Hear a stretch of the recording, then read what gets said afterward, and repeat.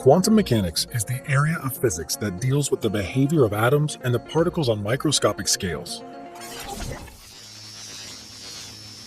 Since its inception, the many counterintuitive aspects and results of quantum mechanics have provoked strong philosophical debates and many interpretations.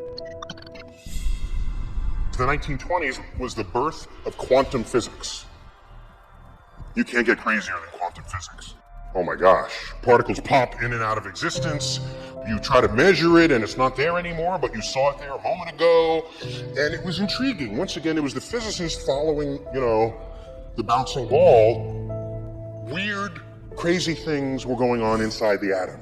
That was basic science, which at the time, surely there were people saying, what are you doing? I don't understand it. Why? But we had people who were curious about the nature of the world, and they pursued it, and they were allowed to. 50 years later, we would see the birth of the information technology revolution. The word quantum derives from the Latin word for how much. In a nutshell, it looks at objects in terms of probability as opposed to certainty. In quantum mechanics, there is no such thing as absolute certainty when looking for something. This phenomenon is known as uncertainty principle and was introduced first in 1927 by the German physicist Werner Heisenberg. You ever, I don't know if this still happen, a quarter spills out of your pants pocket on the back seat of a car, and it's there in the wedge between the bottom and the back seat, and so you try to reach in to get it, and the act of reaching for the coin makes the coin move farther away from you. The act of reaching for it just slides down even further. That's not your mind making that happen. It's the act of the measurement that is affecting what it is you're trying to measure. And this was discovered in quantum physics to the point where it's the Heisenberg uncertainty principle. It's one of the basic foundations of all of quantum physics. Heisenberg realized that one implication of quantum physics is that the act of measurement always disturbs the object measured. The uncertainty principle states that there is some inherent limit on how precisely we can simultaneously measure a particle's velocity and its position. If the uncertainty on position is small, then the uncertainty on momentum is large, and vice versa. What we observe in the world around us is not always what it seems. Classical physics, which dominates our current understanding, treats phenomena as spread out in time and space. Real-life examples of quantum physics have expanded the horizons of modern science. As Tyson emphasizes, the whole computer world is based on the principle of quantum physics. We are able to manipulate the electrical properties of silicon only because we can study the wave nature of electrons.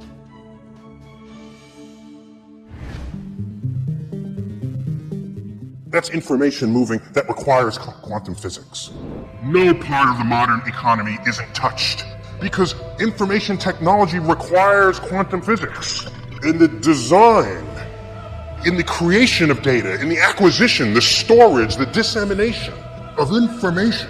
That's why it's the IT revolution. It's not a computer revolution. Computers is there. It's all about what we're doing with information. It's no longer on a printed page, here's the information. No. Let's look at some additional examples of quantum mechanics in everyday life. Lasers and telecommunications. The operation of a laser is based on the quantum mechanical process of stimulated emission. Anytime you use a laser, whether indirectly by making a phone call or directly by scanning a label on your groceries, you're making practical use of quantum physics. The principles of quantum mechanics have also found their application in cryptography, which allows secure transmission of information from one place to another without being intercepted. Quantum communication is another key technology that can guarantee the information security of the next global communication networks. The recent rapid growth of satellite constellation has provided impetus for the development of high-capacity laser communication in space. The work, carried out by researchers at the National Institute of Information and Communications Technology in Japan, have demonstrated laser communications between a microsatellite and a ground station while using the quantum nature of photons to secure the data being transmitted. Another satellite technology that derives from the use of quantum mechanics is the Global Positioning System, GPS.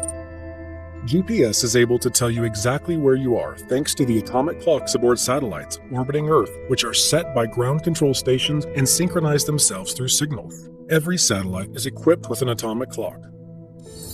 Some other examples of using the underlying principles of quantum physics include fluorescent light, magnetic resonance imaging, and your toaster. Our daily routines are often governed by technology that is directly related to quantum physics. Thus, our lives rest upon these fundamental scientific discoveries. However, it is worth noting that humans are not the only species that utilize quantum mechanics. A wide range of biological processes rely on quantum physics to operate. A perplexing property of quantum mechanics could be allowing birds to see and navigate the planet's magnetic fields. 1/5 of the Earth's 10,000 bird species migrate over great distances, crossing seemingly insurmountable obstacles as they follow the seasons from one place to another. Classic physics suggests that navigating such long distances should be impossible for any organism, with the feat made doubly difficult by the Earth's turbulent magnetic fields that threaten to throw a bird off course. A team of physicists at the University of California have discovered that several species of bird may be able to see the Earth's magnetic field due to quantum entanglement. Quantum entanglement is a hard concept to understand because it is a counterintuitive physical phenomenon. Einstein referred to it as spooky action at a distance.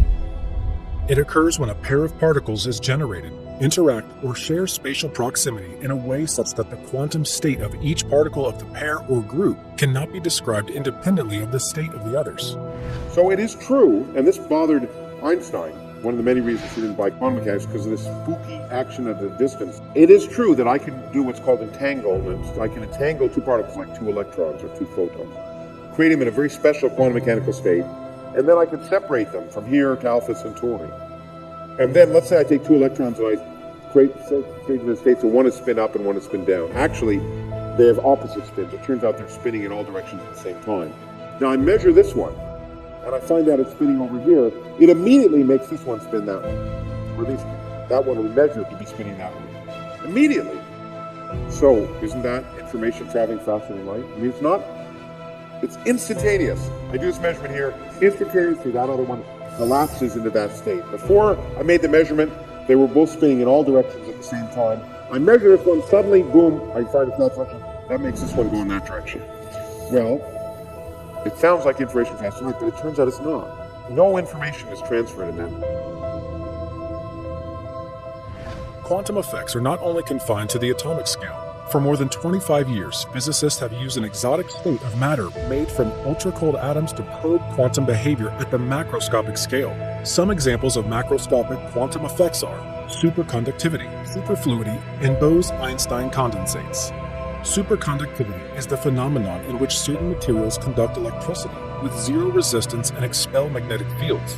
Superconductors have an interesting property that the resistance drops abruptly to zero when the material is cooled below a characteristic temperature. This weird aspect of the total resistance going to zero, it took 50 years for this to be understood, more than 50 years almost, and it's a weird property of quantum mechanics. The property is that somehow, it turns out in certain materials, electrons which normally repel, in certain materials, because of the property of materials, they actually attract. And they bind together and they collapse into a single quantum mechanical state. If you put a magnet above a superconductor, the magnet will float. Why is that? Well, it turns out magnetic fields can't permeate a superconductor.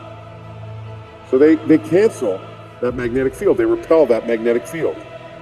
Superfluidity is another quantum mechanical phenomenon in which a liquid loses all viscosity and flows with absolutely no friction and without any loss of kinetic energy.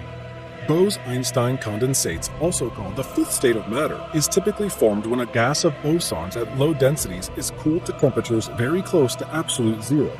Under such conditions, a large fraction of bosons could occupy the lowest quantum state, at which point microscopic quantum mechanical phenomena, particularly wave function interference, become apparent macroscopically.